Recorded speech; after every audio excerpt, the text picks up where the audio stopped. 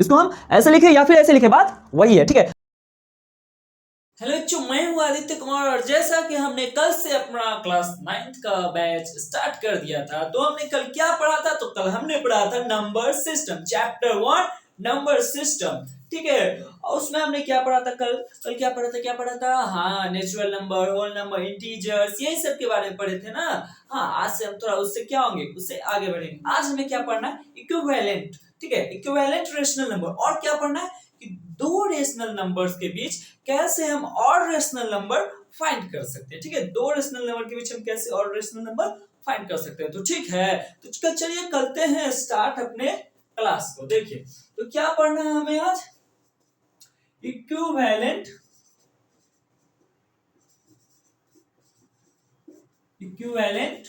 Rational number,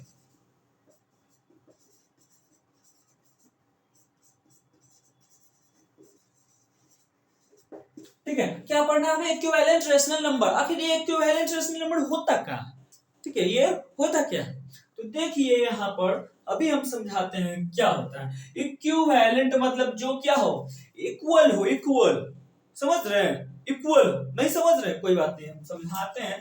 जैसे यहाँ पर 1/2 है, ठीक है, और यहाँ पर एक नंबर हम ले लेते हैं 2/4।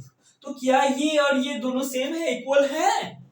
इक्वल है या नहीं है? अरे बाबा है, इक्वल है ये। देखो कैसे इक्वल है। ये 1/2 इसको हम लिख सकते हैं, ये 2/4 है, इसको कैसे लिखेंगे? देखो यहाँ पर 2 1 जा 2 और 2 2 जा 2 2 जा कितना होता है? 2 1 जा 2, 2 2 जा 4। हाँ, 2 1 जा 2, 2 2 जा 4। तो इधर भी ये कितना आ गया? 1/2। यानी ये दोनों क्या हो गया? बराबर। तो इसको हम कैसे लिख सकते हैं? 1/2 इक्वल टू 2/4, ठीक है, लिख सकते हैं ना इसको। हाँ, इसका मतलब ये क्या है? इक्विवेलेंट है। अब यहीं पर एक नंबर ले लेते हैं 3/9 और एक ले लेते हैं 4/8। अब बताइए क्या ये दोनों इक्विवेलेंट होगा? होगा? नहीं होगा। क्यों नहीं होगा भाई? तो देखो यहाँ पर ये आ जाएगा हमारा कितने टाइम्स? 3 टाइम्स में कर जाएगा, और ये 1 और 2। तो यहाँ पर ये आ रहा है हमारा 1/3 और ये आ रहा है 1/2। तो ये इक्विवेलेंट हमारा नहीं होगा, ये हमारा इक्विवेलेंट नहीं होगा, ठीक है, क्योंकि यहाँ पर कुछ और है, यहाँ पर कुछ और है, ठीक है। इक्विवेलेंट होने के लिए क्या होना चाहिए?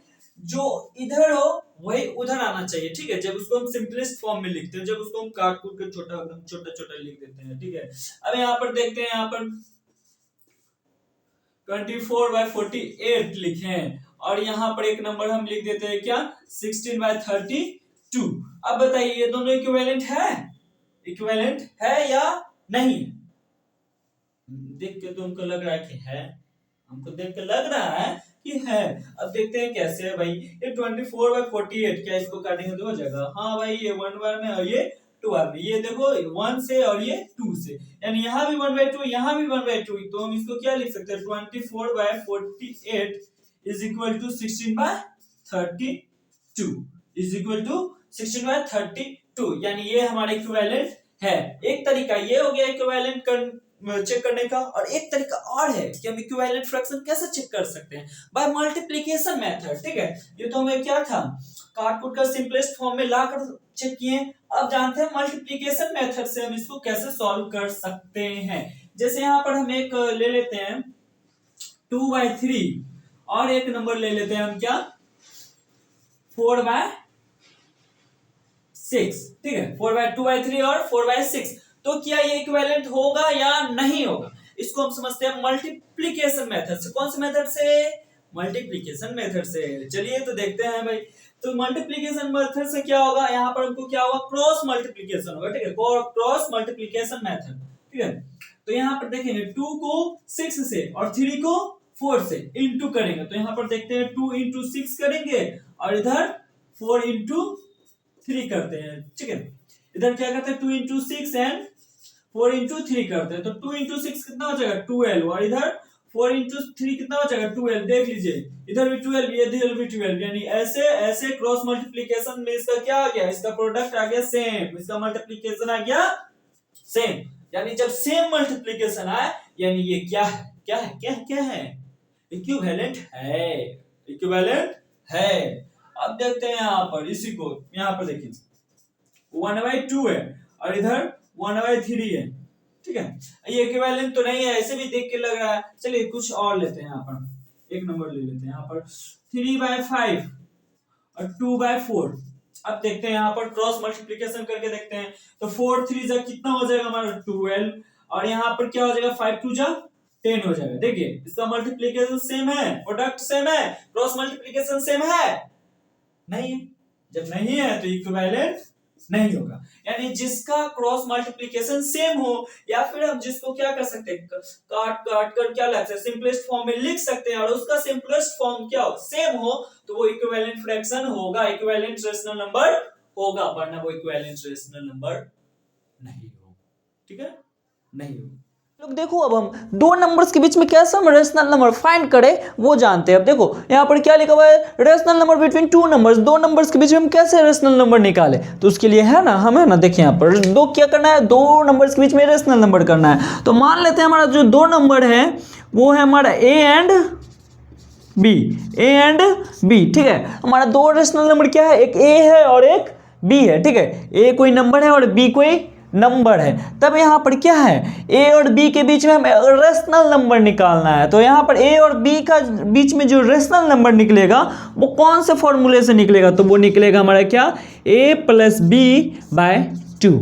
क्या होगा फॉर्मूला हमारा, a प्लस बी बाय 2, ये फॉर्मूला होगा किसके लिए, तो रेशनल नंबर के लिए।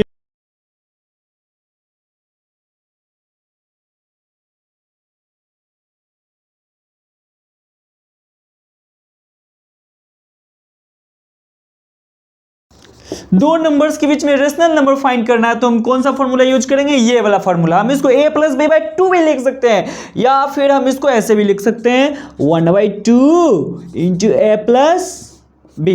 इसको हम ऐसे लिखे या फिर ऐसे लिखे, बात वही है, ठीक है।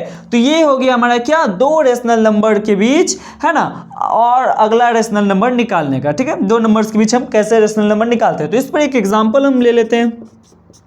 चलिए यहाँ पर हम मान लेते हैं क्या है, 2 and 3, 2 and 3। तो 2 और 3 के बीच में भी क्या निकालना है, एक रेशनल नंबर निकालना है, एक रेशनल नंबर निकालना है। तो यहाँ पर देखेंगे क्या, सबसे पहले हम देखते हैं क्या, rational number between two numbers क्या होता है हमारा, a प्लस बी बाई 2 लिख सकते हैं, या फिर क्या लिख सकते हैं 1/2 इंटू a प्लस बी लिख सकते हैं। दोनों में से हम कोई भी फॉर्मूला अपना यूज कर सकते हैं, आपको जो मन करे वो कर लीजिए यूज, ठीक है। चलिए यहाँ पर क्या होगा, we know that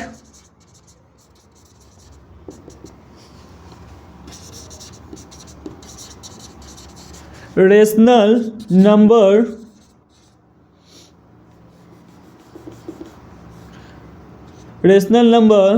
between two numbers